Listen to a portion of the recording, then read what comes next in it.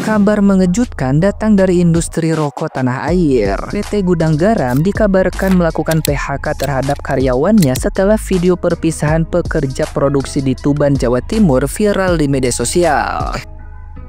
Video tersebut memunculkan narasi bahwa mereka adalah mitra gudang garam yang sudah puluhan tahun memproduksi rokok. Namun, manajemen PT Merdeka Nusantara, mitra gudang garam di Tuban, membantah kabar tersebut. Mereka menegaskan hingga kini tidak ada PHK dan perusahaan tetap beroperasi seperti biasa. Di sisi lain, kondisi gudang garam disebut tengah menghadapi masa sulit. Ribuan petani tembakau di Temanggung, Jawa Tengah mengaku perusahaan sudah tidak membeli hasil panen mereka sejak 2024. Stok berlebih dan penurunan omset penjualan rokok disebut menjadi penyebab. Fakta ini memperkuat dugaan adanya tekanan serius dalam bisnis gudang garam. Nah, gimana nih menurut netizen yang terhormat? Silahkan berkomentar ya. Sekarang sekelas gudang garam udah PHK. Semua perusahaan-perusahaan besar sudah PHK. Jadi gimana nasib kita semua ini? Jadi sekarang sarannya cari kerja jangan pilih-pilih. Jangan mau yang UMR aja, apapun itu dikerjain. Karena semakin kesini semakin sulit kehidupan ini. Gudang Garam PHK massal ribuan karyawannya usai laba anjlok hingga 87% nih guys. Kalau dari isi captionnya, PT Gudang Garam Tbk merupakan salah satu produsen rokok terbesar di Indonesia yang kini tengah menghadapi krisis serius dengan isu pemutusan hubungan kerja atau PHK massal akibat penurunannya permintaan rokok. Penyebab utama anjloknya penjualan adalah maraknya peredaran rokok ilegal yang lebih murah serta tingginya pajak dan cukai rokok di Indonesia guys. Ini dia grafik laba bersih PT Gudang Garam dari tahun 2014 hingga tahun 2015 nih guys. Turunnya signifikan banget sih nih ya tahun 2025 ini. Katanya sih mau bikin 19 juta lapangan kerja, tapi kenyataannya apa? Gudang garam viral, ribuan buruh dipaksa pamit karena PHK massal. Sritex juga sama, bangkrut. Ribuan pekerja nangis karena hak mereka nggak jelas. Janji 19 juta kerjaan itu kemana? Jangan-jangan yang kebuka cuma 19 juta alasan buat ngeles di depan rakyat. Data PPS jelas, pengangguran naik, serapan kerja makin seret, buruh formal hilang, yang ada malah kerja serabutan tanpa jaminan. Jangan lempar tanggung jawab ke perusahaan doang, karena akar masalahnya ada di kebijakan ekonomi yang ngawur, beban cukai tinggi, biaya produksi gila-gilaan, tapi janji kampanye tetap dijual manis. Jadi, rakyat nanya sekarang, mana 19 juta lapangan kerja itu? Kenapa buruh malah jadi korban PHK massal? Kalau janji cuma dipakai buat cari suara, sementara buruh jadi tumbal, itu bukan janji, itu pengkhianatan ke rakyat. Jadi apa sih yang terjadi pada Gudang Garam? Sedangkan kita tahu sendiri Gudang Garam itu adalah pabrik rokok terbesar dan mereka sampai bisa bangkrut. Itu karena ada kenaikan cukai. Nah ini ya, Surya 16 harga 38.000 itu dipotong cukai 22.800, pabrik dapat 15.200. Belum kepotong biaya produksi dan lain-lain. Sebenarnya rokoknya murah tapi pemerintah yang ngasih cukai di luar akal sehat. Nah karena rokok Surya itu naik-naik terus, jadi para konsumen itu pindah ke rokok lain yang lebih murah dan bahkan rokok ilegal. Yuk kita cari tahu kenapa cukai bisa naik terus. Fungsi regulasi cukai itu apa sih? Nih ya, untuk mencegah penyalahgunaan dan mengendalikan konsumsi produk tembakau yang dianggap berbahaya bagi kesehatan. Jadi intinya gini, semakin produk rokok itu keluarnya banyak, itu cukainya semakin bakalan naik. Nah lo plot twist banget kan? Kalau ingin mengendalikan konsumsi rokok, kenapa mengizinkan pabrik rokok merek baru? Kan aneh. Kalau memang rokok itu dianggap berbahaya, lalu kenapa tidak diizinkan sekalian aja peredarannya seperti di Singapura? Aduh, PHK ribuan lagi. Tapi lo sadar gak? Kalau yang kali ini memang sebenarnya bagian dari rencana pemerintah. Atau mereka lupa ya? Mau tahu ceritanya? Udah denger ya, PT Gudang Garam itu mau mem-PHK. Nggak tahu berapa, tapi potensinya ratusan ribu dari karyawannya. Ini nyesek banget, gue nggak bahas masalah perekonomian, gue nggak bahas masalah sistem keuangan dia.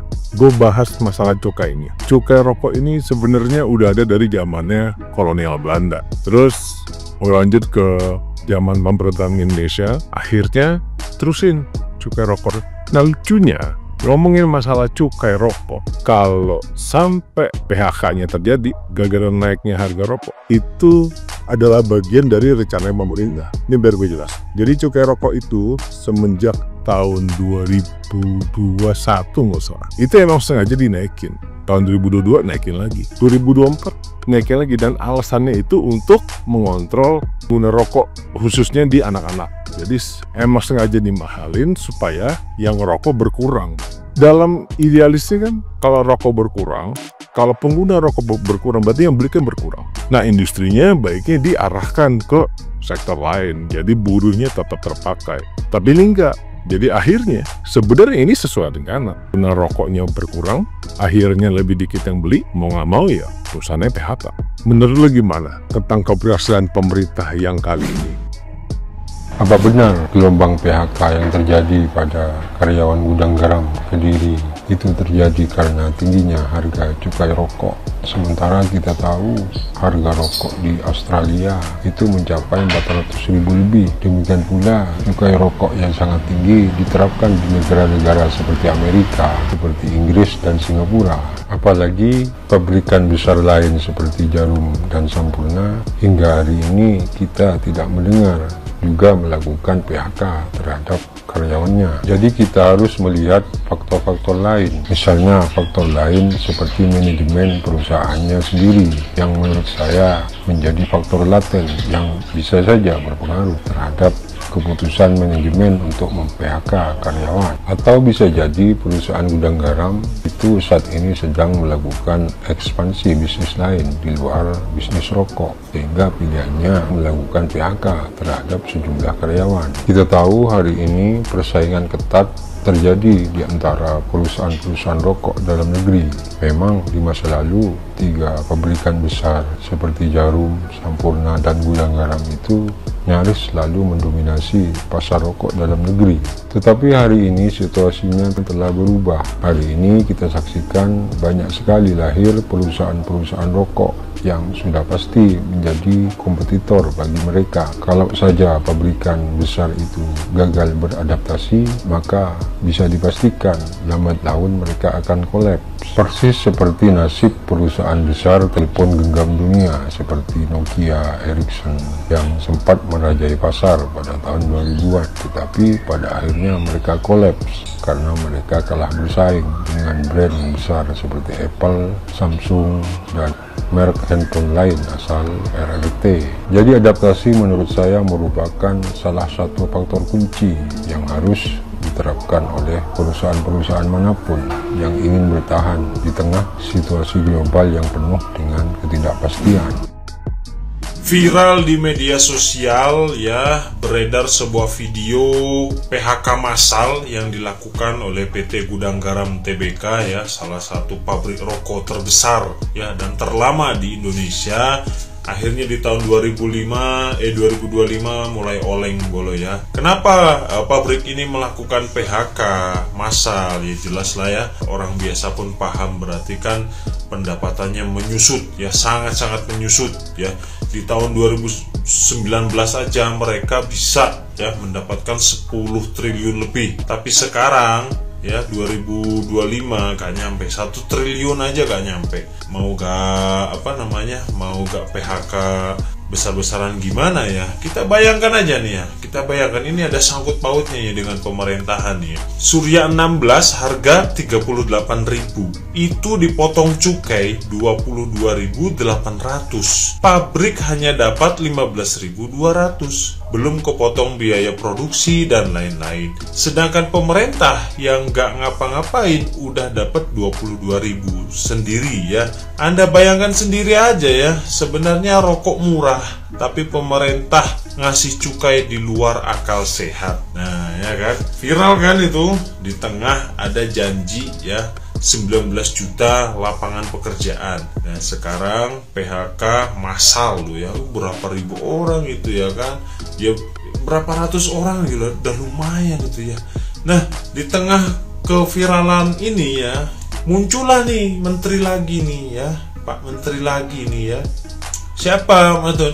Ya ini Menteri Bapak Erlangga ya. Dia mengeluarkan statement, pemerintah minta pengusaha untuk stop PHK karyawan. Gitu, statementnya itu loh. Kalau saya jadi pengusaha rokok, ya saya juga akan membuat statement, pemerintah bisa nggak ya pajaknya turun, bea cukainya turun, gitu ya kan. Bayangkan aja ya, pemerintah nggak ngapa-ngapain dapat 22.000 ya. Itu uang bea cukai sangat besar sekali. Kemana larinya itu uang-uang itu ya?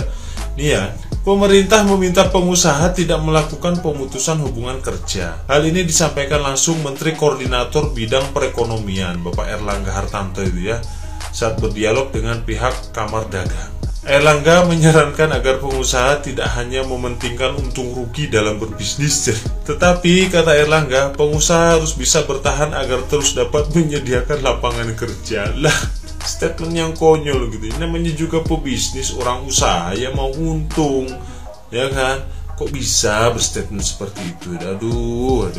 Ya, ini sebagai owner ini lah pasti ketawa ya kan melihat statement-statement yang kayak gini ya. Aduh. Dah, gimana menurut kalian Bolo? Gimana? Ya, bayangkan kan Bolo, PHK massal terjadi juga. Uang bea cukainya kemana menurut Anda?